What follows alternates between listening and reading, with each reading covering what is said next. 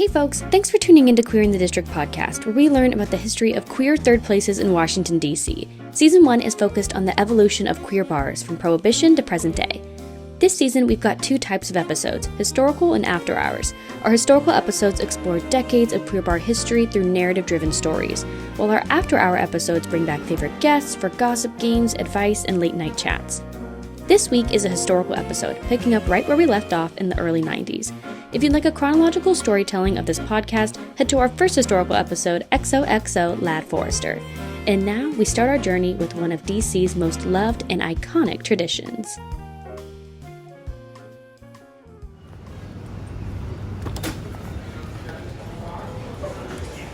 Hi. Do I just take a seat anywhere? Wherever you like, inside, outside, booth, just help yourself, bring him in. Thank you. Annie's Paramount Steakhouse on 17th Street Northwest opened its doors in 1948, and since then has been one of the earliest establishments to offer a safe and welcoming space for queer people in D.C. Dr. Green, author of Not in My Gayborhood, Gay Neighborhoods and the Rise of the Vicarious Citizen, told me how and why it became such a staple. These women who told their customers, right, that it was okay for them to hold hands above the table as opposed to doing it below, giving people that sense of safety, that sense of freedom to be able to do what they want. How's it going? Good, how are you? Want something else to drink? Water is fine, thank you. During the 1970s and 1980s, a wave of queer-friendly bars and restaurants joined Annie's along 17th Street Northwest. Thank you.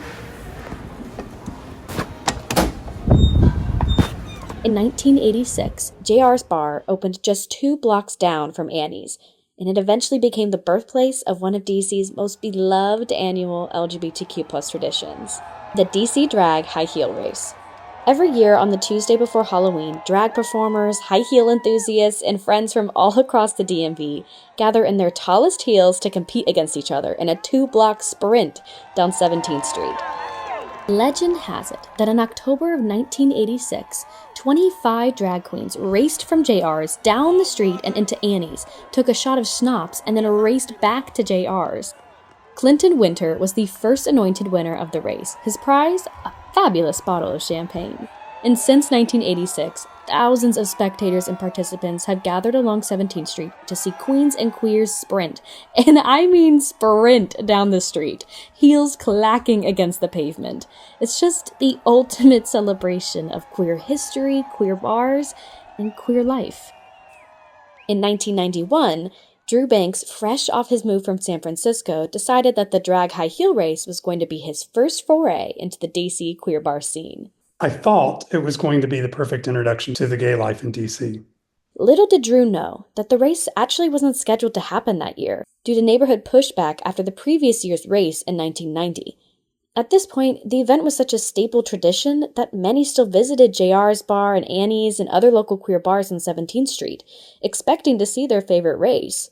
So Drew, along with many others, gathered unaware that the event wasn't going to take place. So as time passed with no heels running down the street, the crowd of 500 people started to ask questions. All of the people around me were saying, why hasn't it started yet? It should have started by now. And that was the moment that someone noticed the riot police coming down the street. Almost 100 police officers and a police helicopter flew to 17th Street to, quote, do crowd control. Wearing helmets and bearing shields and batons, the police marched arm in arm down the street towards Drew. I was sort of flabbergasted. I'd never seen this. And the people around me were like, what? We don't understand what is happening. Why are riot police coming in right now?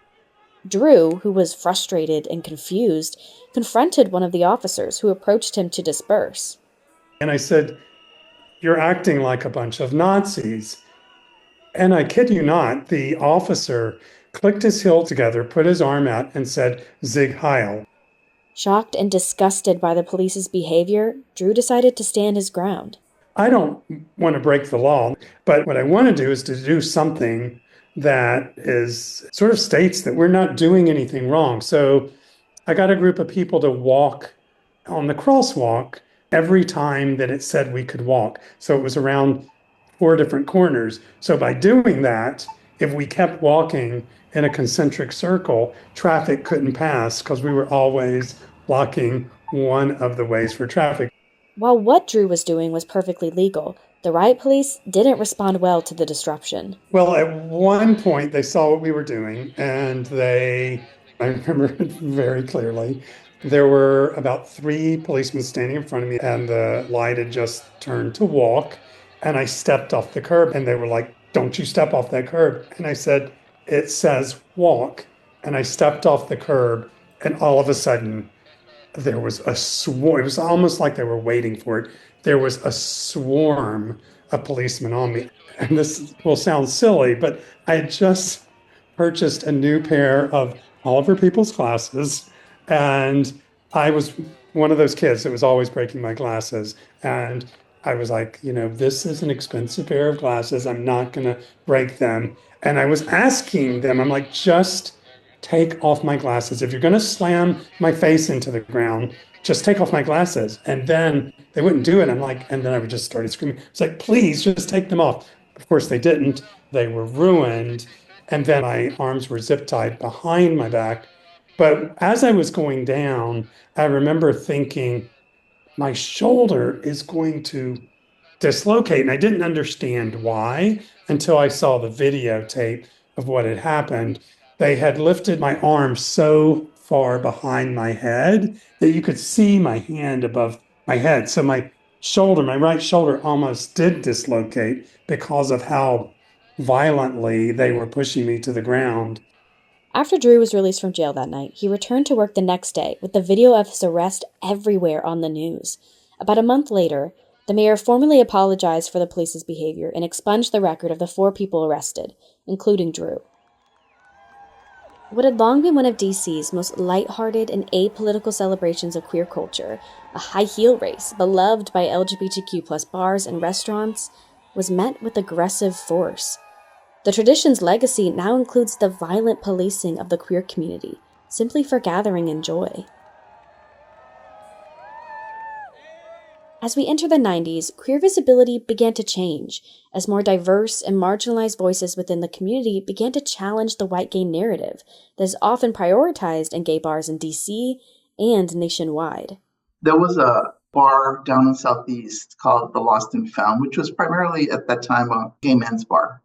And they advertised a party called Salsa Southeast.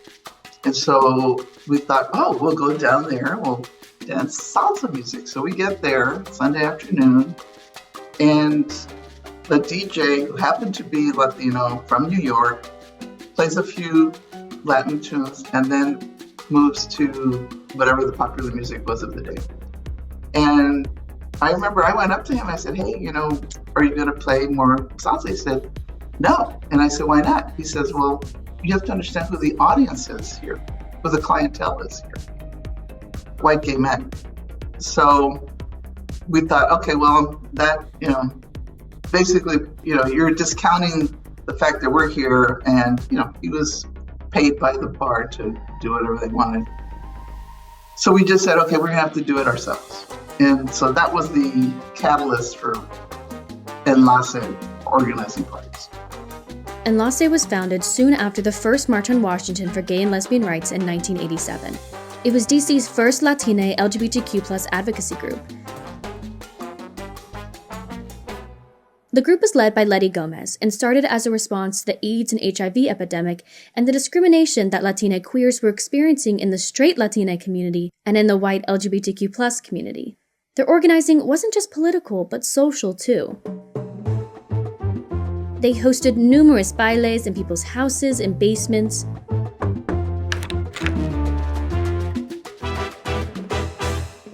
Where Letty was able to meet Latina queers from all different walks of life. I'm from San Antonio, Texas, which is a predominantly Mexican-American city. And I come to DC, and there are Latinos here from all over. There's from over South America, Central America, Mexico.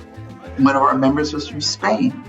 We had members who were from Brazil, who spoke Portuguese. So it was eye-opening for me to meet Latinos from basically all over the Western Hemisphere. The diversity within the Enlace community expanded far beyond geography. Having that group in La Su was an opportunity to also be visible to each other. And, and it was a mix of class too. I mean, I'm college educated. I had a government job. There were people there that were house cleaners, cooks, busboys. So the various classes were all part of Enlace and came to our parties. So that was also, for me, important because I got to learn about other people's lives. Most importantly, Enlace was a safe space where everyone in the Latina queer community was welcomed. There's always been a part of our community that's undocumented. And so this was like a safe place for undocumented LGBT people to come and connect and hang out. And of course, it was, an opportunity to hook up. Just like the metropolitan capitalites, they began to outgrow their homes and realized they needed a bigger space. But it wouldn't be until 1991 that the Latina queer community would get a place of their own. That was the first bar, the first for Latinos. El Faro opened on 18th Street in Adams Morgan in 1991. Jose Gutierrez, a Latino activist and archivist in D.C., told me about the legacy of this space. The bar was always really crowded. And the good things about the Latino community is we always mix women and men, or gays and lesbians, And the performance, everybody went to see the performance of Sofia Carrero, Fiorella Bandolfino, and La Bomba. The small, intimate, and like Jose said, very crowded bar held numerous Latina queer events. From drag shows to leather parties, Latina queers could walk into the space smelling delicious Salvadorian food and hear Latin music emanating from the first floor's jukebox. Enlace held several parties there, including a salsa party. Enlace members even had a 15% discount on food when the bar's restaurant was open. However, when entering and leaving the bar, patrons frequently experienced hostility and violence on the street. In 1993, a Latina lesbian, Ana Maria Rosales, was murdered after leaving El Faro. So she and her friends, it was closing time, they were leaving the bar. Some guy approached them on the street, I think, tried to make a pass at her. She said something to him. He followed them. He shot her and killed her. They were, immigrants, working class immigrants, and she was just out with her friends one night, to have a good time. Her death was never forgotten, and the impact of the injustice and hate left an indelible mark on the Latina queer community. For a number of years after that, there was always, on the anniversary of her death, there was a mass. They were Catholic. It was a mass at the church right there on 16th Street. The visibility of the queer community was undeniable at this point in DC history. The queers were gathering in the streets to see queens and kings sprint in their heels, people were defiantly lining up outside of gay bars, and the Latina community was proudly creating their own spaces to see and celebrate each other. Unfortunately, alongside this increased visibility came more violence and vitriol against the queer community. Despite this persistent violence and harassment wielded against queer folks, the community has proven to be even more persistent and resilient, especially in their journey towards creating joyful spaces. Letty remembers the night when she encouraged the opening of a new Latina queer bar. I'll never forget, we had an Enlace party in the space that's now As You Are. And his name was Roberto Hermosillo, and he asked me, he said, what do you think? I want to host a party. And I said, go for it. Heeding Letty's advice, Roberto did go for it, and he opened Escándalo, which, what the word escándalo means, what a scandal. Escándalo opened in 1994 on P Street in DuPont Circle. It became renowned amongst the community for its Latin music and drag shows. It was the first bar to regularly host Latin drag shows in the district. It was truly just a beloved space. Escándalo was the best bar for the Latino community. Jose loved Escándalo, and to him, it was more than just a bar. For many Latinas and Latinos with no place to be or safe space, Escándalo became like a community center for Latinos. Jose would host poetry open mic nights and a wide variety of other events at Escándalo. Mostly like painting and writing poetry. They also create like a cultural events with dance, folkloric dance, Mexican food, and meetings. Jose shared that every year the Latina LGBTQ+ float for the Pride Parade was made in the parking lot of Escándalo. This is just one of the many examples of how Escándalo created a celebratory Latina queer space to not just dance, but to provide for and support one another.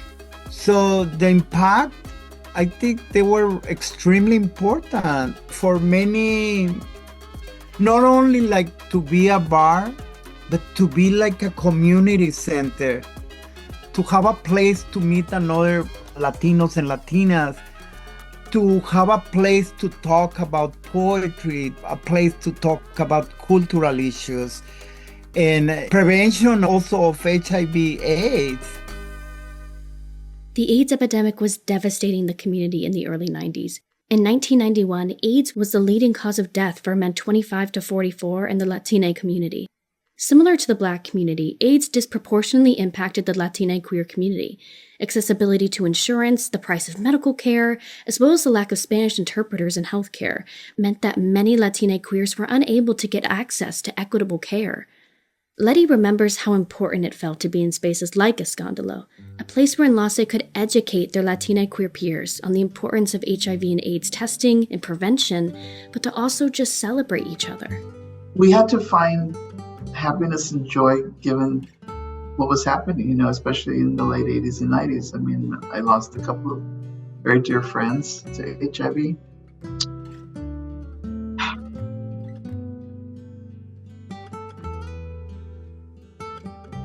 It was just really just a horrible time.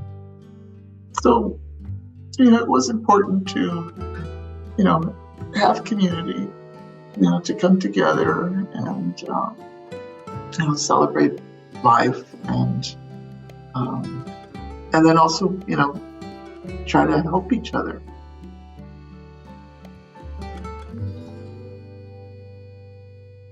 Just one neighborhood down, on 8th Street Northwest, stood another celebratory space for queer folks, especially for lesbians. A blog called Lost Women's Spaces quotes a review of the club that said, "By day, it was just another eatery for downtown office drones. On Friday and Saturday nights, when the jury is in session, you must be or accompanied by a woman to enter." Hung Jury opened in 1984, but it wasn't until 1996 that it held the first drag king competition in D.C. I saw this poster at the local coffee shop, and a friend of mine who worked there, she was just like, "You should do it." Drag king Ken Vegas wasn't the famous King Ken when he saw this poster hanging. They were just a young queer kid excited to try something new. So I was like, dress as a boy, put a mustache on, and lip sync? This is a dream. So Ken ventured to Hung Jury to strut, dance, and lip sync the night away. The event, thrown by prominent lesbian activist and photographer Cheryl Spector, was a fundraiser for the 1997 Dyke March. So it's safe to say the bar was packed with the coolest sapphic queers. Ken wore his friend's suit, and I penciled on a mustache. Ken made a dramatic and iconic entrance to the stage when his name was announced.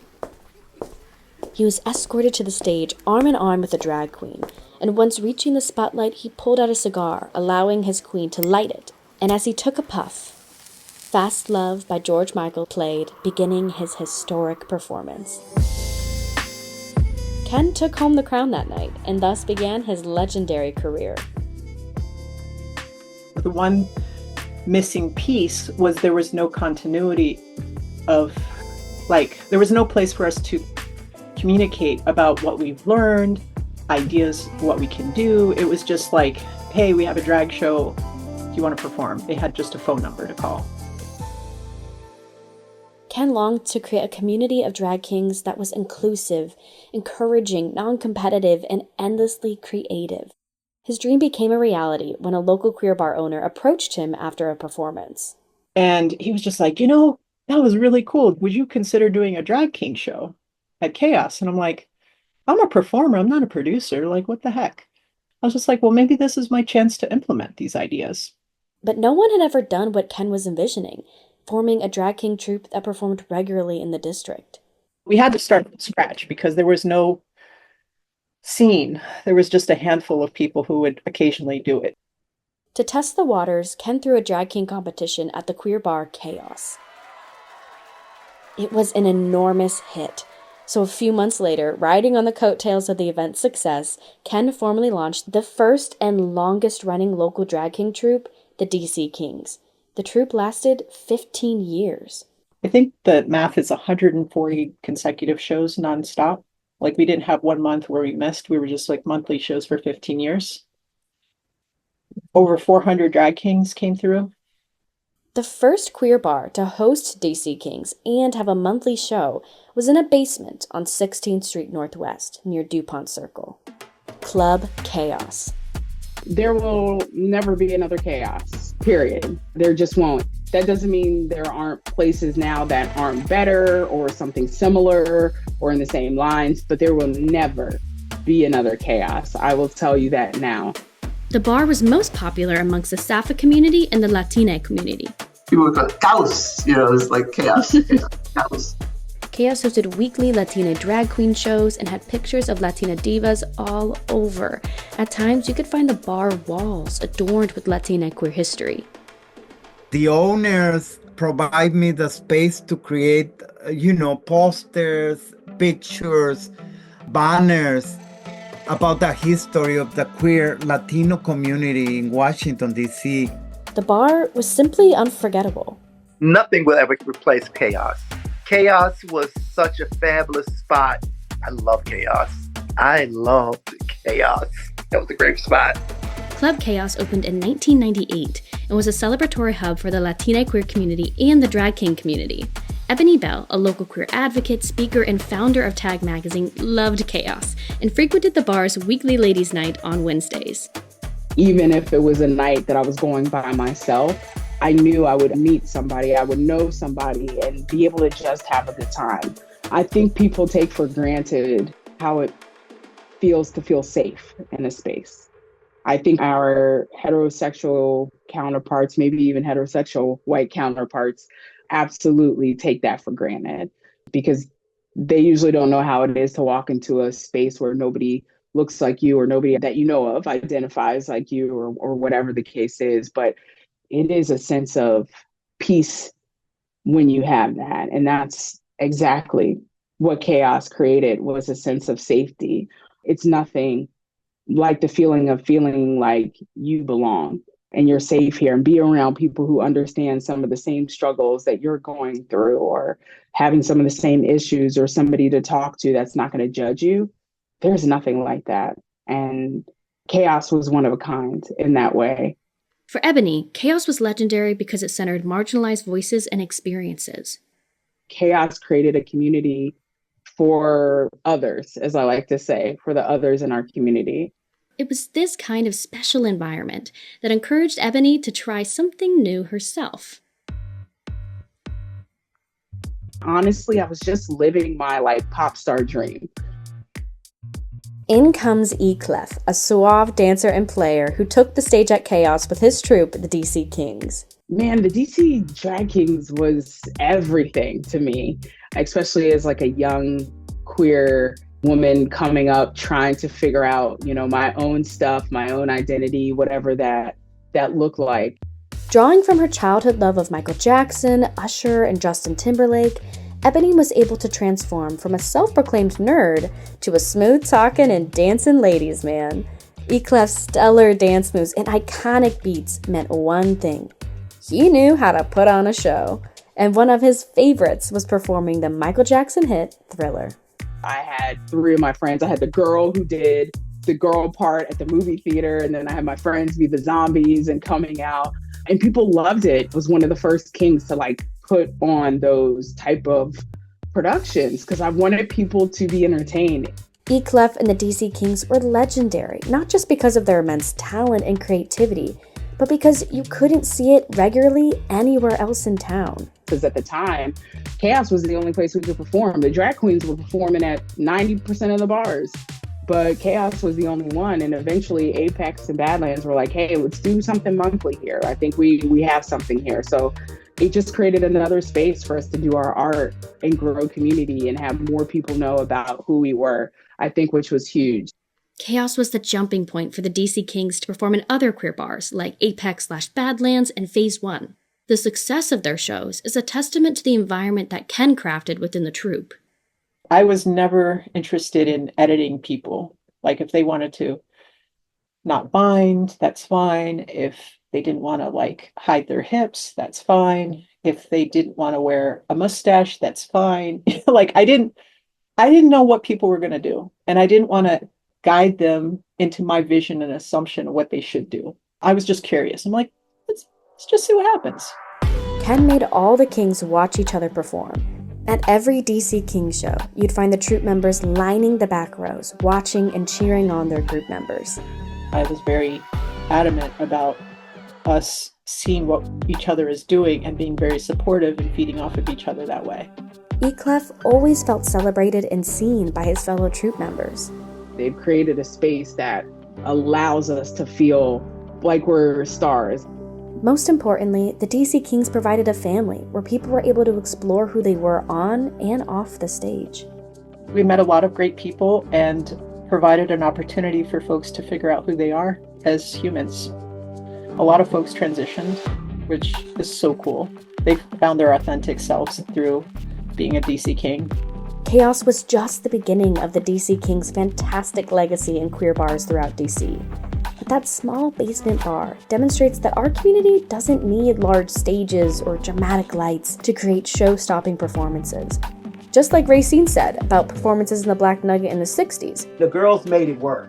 Queers are scrappy and adaptable and know how to make any space magical and transformative.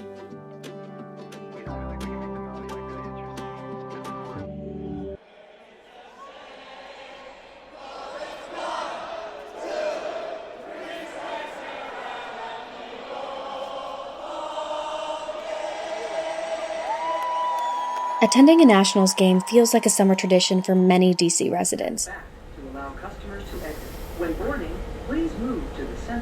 As fans pile out of the Navy Yard Metro Station wearing their brightest reds, whites, and blues, many don't know that they are walking right on top of a once Southeast queer playground.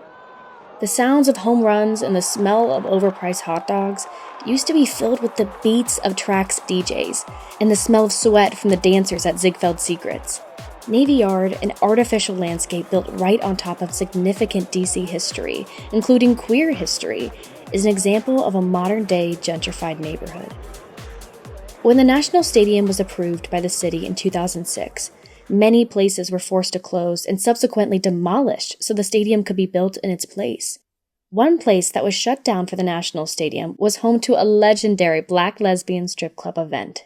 And it was called Soft and Wet Afternoons. The bar was called Wet/Edge, a gay men's strip club. But on Sundays at midday, the space would transform into a sexual fantasy sanctuary for Black queer women. It was hosted by someone named Ms. Vicky Harris, and we just called her Ms. Vicky. And she was an older Black lesbian who worked with the owners of this club. And she realized there was an opportunity that on Sundays from like 2 to 6, there's nothing going on.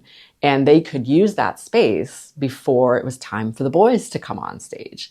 And so she arranged a party called Soft and Wet Afternoons, which was very convenient for a lot of her customers because it was during the day. You could find a babysitter if you had kids, you weren't working. And it was a space that mostly got left alone because it was part of this warehouse complex of Southeast, which mostly was kind of allowed to do whatever it wanted to do until it was time to make money. With the stadium, they were pretty much left alone. And so there was a lot of privacy and protection in that space, especially because it was already a gay space in a lot of ways. And so the Soft and Wet Afternoons was really the first one in the nation that we know of, and it was the longest running. Dr. Michelle Carnes, a queer academic and retired stripper, studied Black lesbian strip clubs in DC in the early 2000s. They noted that Wet was the most popular strip club bar amongst Black lesbians. And after they described what the space looked like, I can understand why. The layout, the vibe, almost everything about Wet sounds nothing short of a fantasy. Wet was kind of a horseshoe shaped bar with poles, and the bar was in the center. Like bartenders would be in the center, like serving you drinks, and you'd sit at the counter at the bar, and there'd be like poles right in front of you. And then there was a stage kind of along one of the side walls. And so the MC could stand on the wall, and then, you could have like a dancer like right in your face. And so it really did feel like a strip club. And as a person who had worked in a strip club, like for me, this was just a transformative experience. They also had a shower at the base of the bar, like against the wall behind the like horseshoe shaped bar. And so the dancers could get in the shower and turn the water on, and that became like part of the show. Some of them would take gallons of milk and put it over their shoulder and pour the milk down their skin and then like twerk. So like the milk was like bouncing off of their like body. It was absolutely incredible.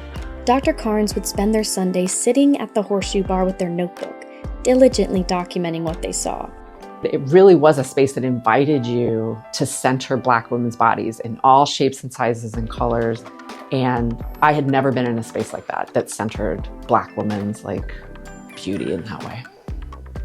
It was a story that I wanted to make sure got told. It's a history that is often erased completely. Sexual culture, particularly for queer people, particularly for Black queer women, had the risk of being completely erased. And so I recognized as a white person, I was going to miss things. So I made a commitment to do the best that I could with my own like positionality and perspective. They slowly became a recognized regular in the space, so much so that a newcomer to the event once sought out Dr. Carnes to help her tip her stripper crush. She said, "You have to go with me." I agreed, and we approached the stage area anticipating where the dancer was headed so we could meet her there at the end of the stage. I stood with Lisa, and my arms up around her side, I tipped the dancer with Lisa between us as though my arms were acting for Lisa's body. Lisa was staring, transfixed, as the dancer flipped over onto her stomach, raised her butt, hooked her calves around Lisa. I stepped back, and Lisa stumbled forward as the dancer pumped her body against Lisa's chest, her lean legs holding her steady. I watched Lisa jostle around as the dancer popped her butt against her two lucite heel stripper shoes digging into Lisa's back. I reached around and handed Lisa a handful of dollars and yelled, "Okay, now tip her again." And Lisa's arm immediately lifted over the dancer's body and released the money over the dancer's body. The dollar bills floated across her back and buttocks, bouncing over her skin to the music. The dancer barely had a moment to say thank you when Lisa whirled around and marched away from the stage toward me, her eyes wide open. She rushed up to me, clamped onto my shoulders with her hands and exclaimed, "I did it! Oh my God, did you see that? That was so hot." Lisa went to get a drink from the bar, and when she returned, she was ready for her next adventure. It's clear that Soft and Wet Afternoons was an event full of sexual celebration, but it also became a hub for education and awareness. It was very common at parties to see the Motner Project, for instance, like distributing information about support groups, health resources, how to do a breast exam, condoms, dental dams, things like that. I remember being at Wet one time and they had all the dancers up against the wall on the stage and they all did a breast exam at the same time because they were all nude. And the MC was talking through the breast exam, like how to do it, which was something I'll never forget. I took an HIV test at an event one time, and you got your results 15 minutes later. So that was a really common way that parties really help to establish, we're here for the community, that's our intention. And so you'd see tables for local organizations to help distribute those information. And because of the lack of access to competent health resources, culturally competent or financially accessible, having those resources there was really important. From strip teases to breast exams, these spaces were invested in the health, safety, and happiness of the Black lesbian community. So when the news that Wet could soon be replaced by a home plate and baseball diamond came, there was nothing else to really feel other than heartbreak. And the fight to try and move the clubs to a different neighborhood was quickly snuffed. There was an intention to move the clubs, and there was talk of bringing those clubs to New York Avenue. And a lot of the club owners had been approached and were talking about space and potential places to move all of that over.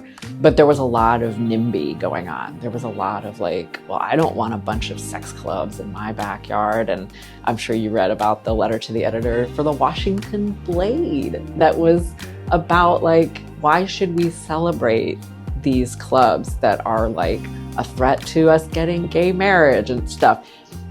And basically like, we should be ashamed of these things, and why would we want to preserve them? So ultimately they were not moved. There was no place for them to go.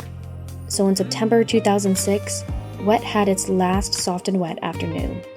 They were taking the doors off the hinges. I mean, it was the biggest party I'd ever seen. It was out of control. There were like piles of women in the shower. I mean, it was like, we're going down with it. Like, we're gonna get everything out of this space that we can if they're gonna take it from us. I know people who went down after they bulldozed it and got bricks and like have like, you know, bricks that have the like classic blue paint on them. Even almost 20 years after the demolition, Dr. Carnes still mourns the loss of these queer spaces. I'll never be able to go, and I'll never be able to take you. I'll never be able to show this to you. And I just don't want people to forget that that was there. If you go to the stadium, like, you would have no idea. It's unrecognizable the way that it used to look in Southeast. They completely wiped it off. Ziegfeld Secrets was another queer establishment that was forced to close for the stadium. So when Craig Seymour, a once dancer at the establishment, came back to DC a few years later, he couldn't believe what had happened to his queer haven. Just heartbreak and just feeling that there was no way that it could ever be like it was, you know, because just the uniqueness of having all of those clubs so close together and just sort of the freeness about sexuality that was there, that wasn't something that you could just replace. The loss of these queer bars and clubs signaled an end of an era for queer nightlife. The queer playground that used to once define the Navy Yard neighborhood is now gone forever. Now replaced with sterile high-rises and a baseball diamond. While the actual buildings that held these liberatory spaces and events no longer stand, the memories and moments of those strip teases, drag shows, VJ performances, and volleyball games are forever etched into the minds of the queer community, living proof that you can't gentrify or erase the memories of queer joy.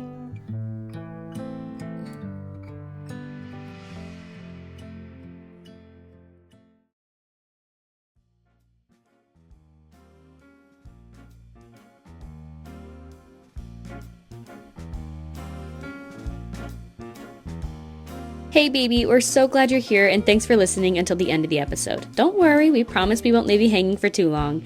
Next week we'll have an after hours episode where I'll be asking Ebony Bell for all the juicy goss and playing some fun games, so be sure to tune in. In 2 weeks' time, our final historical episode will pick up where we left off today.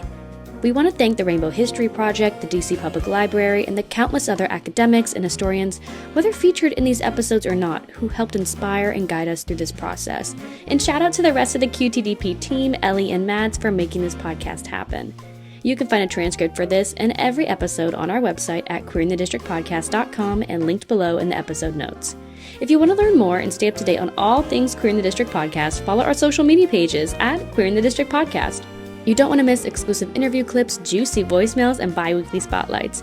Have a story to share? Do you think we missed something? Give us a call and bear it all after the beep at 202-753-6570.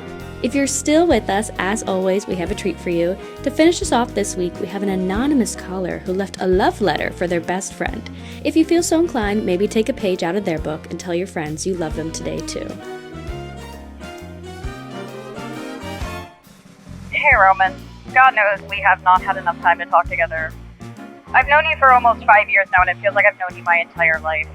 You're one of the very few reasons I keep persisting with this hellscape of a planet and this hellscape that is my life, because a life with you in it means a life that has a better tomorrow. And I know we're both trapped by circumstances, trapped by politics, trapped by God knows what else, but one day we'll get to live our life together, and you know what? That's enough hope. So thanks for making life worth living. Love you, bestie. Mwah.